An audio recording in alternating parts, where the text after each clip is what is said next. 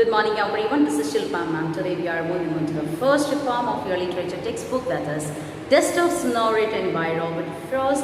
Hope you will enjoy. Okay, so before entering to this poem, let me have an open discussion at first about the poet and the poet image. Or have you ever learned or have you ever heard the poem which is written by Robert Frost? I still remember the poem. The Road Not Taken, written by Robert Frost. Two roads divergently along. Sorry, I couldn't travel words. It has its own poetic beauty. It has its own poetic images. You try to melt with the voices of the poem. You try to melt with the lines of the poem. Then you can understand the beauty, the real beauty of the poem. Hope you will enjoy the poem. So before this, I need to discuss one more topic for you, that is the code which is made by we. Okay, so even the small things have their specific role in this world. Do you agree with this point of view? You might be thinking that, well, how does it possible? Even the simple things, how does it possible to have a specific role in this world? Obviously, my dear children, it has its own role in this world. Okay, so you sit and think of it. Chalk, pencil, flower, it may be small or big. Okay, so it has its own role, and how they are creating by themselves, how they are making by themselves. Okay, so that's why I'm telling that even a specific, means even a small thing have their specific role in this world. So in this poem, the poet narrates, means the poet narrates and he exhibits. The poem seems that a small moment, but it has its own significance. It has its own significance. So let us discuss the poems, and the poem, it is written only in 8 lines. Okay, so simple poem, try to understand the poem. It has only 8 lines, but it has a lot of significance. So try to come up with me to recite the poem at first. Dust of Snow, written by Robert Frost. Especially, I could say that Robert Frost, other than Robert Frost, my favorite poet is William Wordsworth and Alfred Lord Tennyson. I like these 3 people, means these 3 eminent, versatile poets. Why? Because I like to travel along with them. Whenever they are writing any poems, they have the real touches of the human life. They used to touch the real life of the human. Okay, let's enter to the poem Dust of Snow, written by Robert Frost.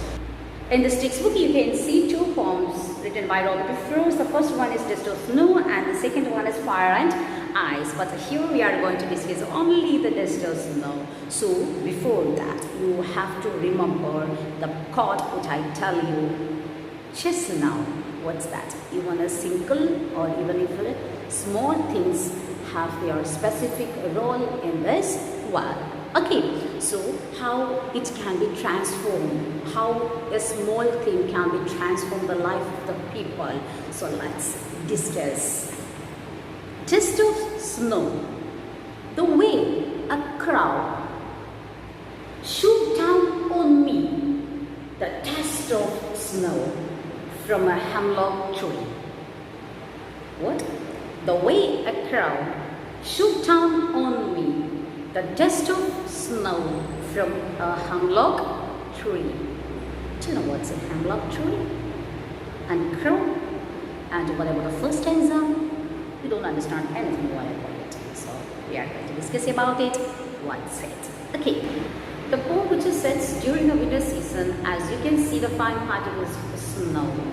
Okay. So the poet, he is standing under the hemlock tree, which is known for the poisonous, has white flowers. Coincidentally, what happened? Yes, the crow also, he is sitting on the tree. So definitely we will have the doubt. In this poem, it wouldn't mention that the specific action of the crow, but we will have a lot of doubts which is not mentioned over here, whether the crow is going to be flying off or preening or shivering. Nothing has been mentioned, but anyway, fine particle of the snow which fallen from the trees to the shoulder of the poets, and it narrates, it tells that the poem, it tells that the poet was in utter tension. He was not in a good mood. So how this fine particle transformed, how the fine particle changed the mood of the poets. So let's discuss. One thing, my dear students, hemlock tree and crow. What is the color of crow? Yes, it is obviously in black. And the hemlock tree which is known for the poisonous trees which has white flowers. But the thing is that these two objects are the significance of the nature, and which is simple for sadness or gloom. So in the first stanza you can see that hemlock tree and the crow are the symbol of the gloom and sadness. How this can be helped, or how this can be transformed the mood of the poet, that's we are going to discuss next stanza. We have different kinds of mood in our life, each and every day. Am I right? Maybe today's mood won't be there for tomorrow. Okay, so we have our own emotions, feelings, and trends, and what I could say that, yes, like a coin has two sides. Yes, positive and negative, and good and bad, sad and happy. Okay, so what I could say that is, in this poem, which is not mentioned that what is the problem of the poet, on why the poet is so sad, but anyway he is in horrendous and he is troubled by some other reasons. That's not mentioned over here, just it symbolizes that, it emphasizes that, yes, the poet is in utter terror. Okay, so let's have a discussion about the second stanza. Has given my heart a change of mood and saved some thought of a day I had wrote. The poet, for no reason, he felt that yes, it's a horrible day. But what happened? The negative aspects or the negative significance of the nature, the hemlock tree and the crow, which helped the poet to transform his mood to either happiness. Okay, so has given my heart a change of mood. Nothing. Accidentally, what happened? Unexpectedly, what happened? Yes, the crow, he withered the fine particle of the snow to the shoulder of the poet, and he completely relieved from his mood. He completely relieved from his sadness. So the poet says that yes, now he is happy, and the rest of the sadness of the day it's completely wasted. Okay, so that the poet is emphasizing that the two significance of the nature, the negative significance of the natures are hemlock tree and the crow, which helped him to transform his mood. Okay, generally hemlock tree and the crow, which emphasizes that, which implies that for the negativeness. But in this poem, the poet exhibits the negative aspect to the positive sense. My students, I tell you that even in small things have their specific role in this one. Completely the stress can be vanished, all the sadness or the negative thought of the poets. Okay, the hemlock tree and the crow, the reference of these two significance of the nature has been portrayed beautifully in this poem, which symbolizes as the mood, which symbolizes the transformation of the mood to the happy joy. The crow is characterized by doom and fear, which is characterized by the positive significance and positive things. The message that we have gotten from this poem that is, you will get a nice situation in your life from the worst worst situation.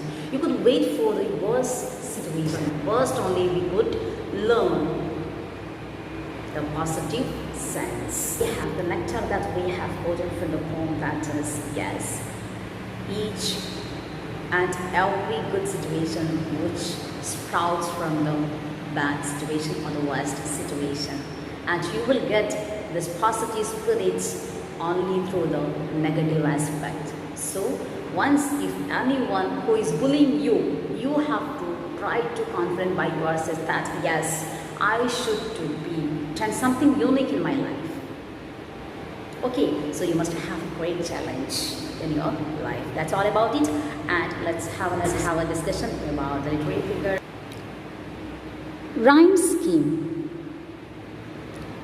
In this poem, first stanza, you can see the way a crow shook down on me the dust of snow from a hemlock tree.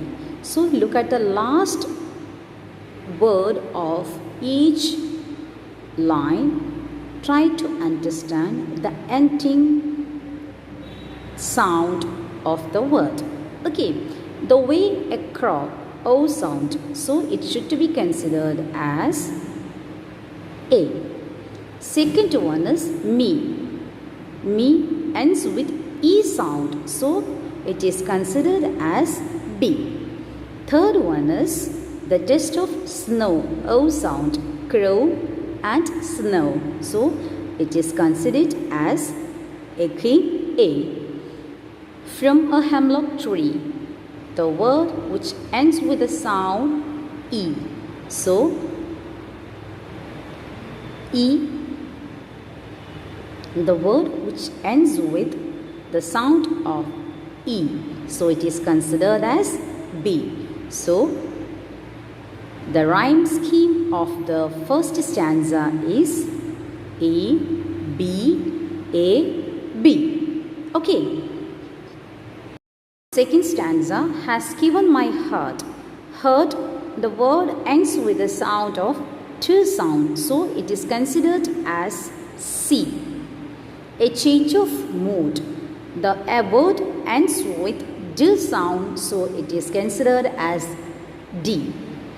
And saved some part, again the word which ends with T sound, so it is considered as C.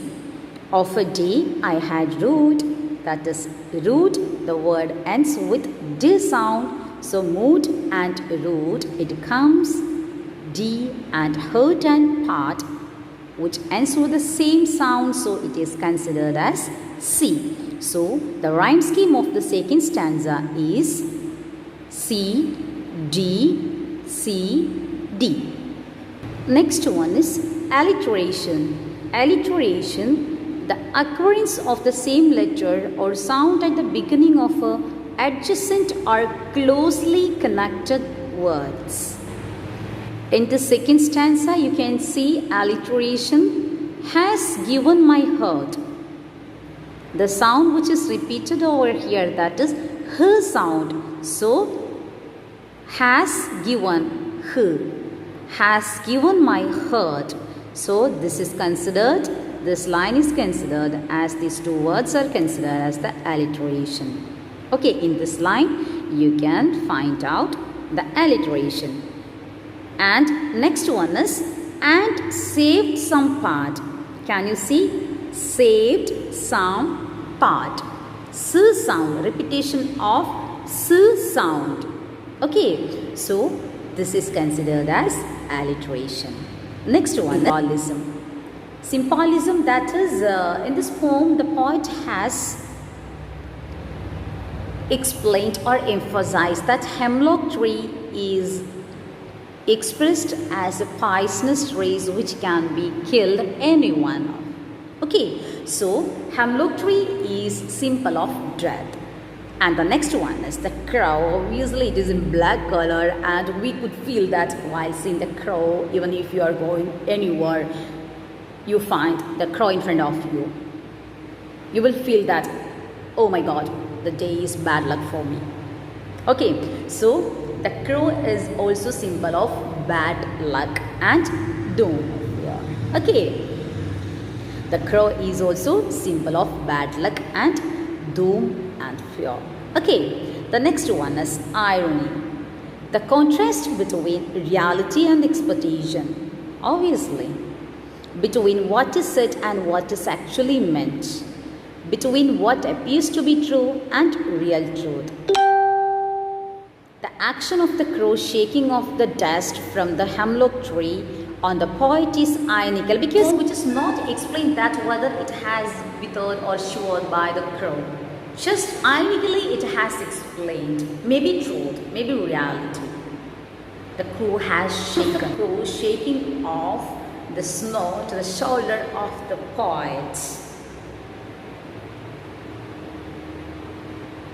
The shoulder of the poet has explained ironically uplifted his sadness to be the most happiest. Okay, next one is enjambment. So, enjambment is, look at this poem. Can you see any punctuation marks in between the lines? The way a crow shook down on me the dust of snow from a hemlock tree. Can you see any punctuation marks in between the line like comma? Enjambment means by the sentence which continues to the next line without any punctuation marks by signifying continuity of thought. That you can see entire poem because there is no punctuation marks. So my dear students, not to be confused about the enjambment. Okay, I hope that you understand the poem Dust of Snow, which is written by Robert Frost, and we'll see you soon later with our next poem, Fire and Ice. Till then, bye and take care.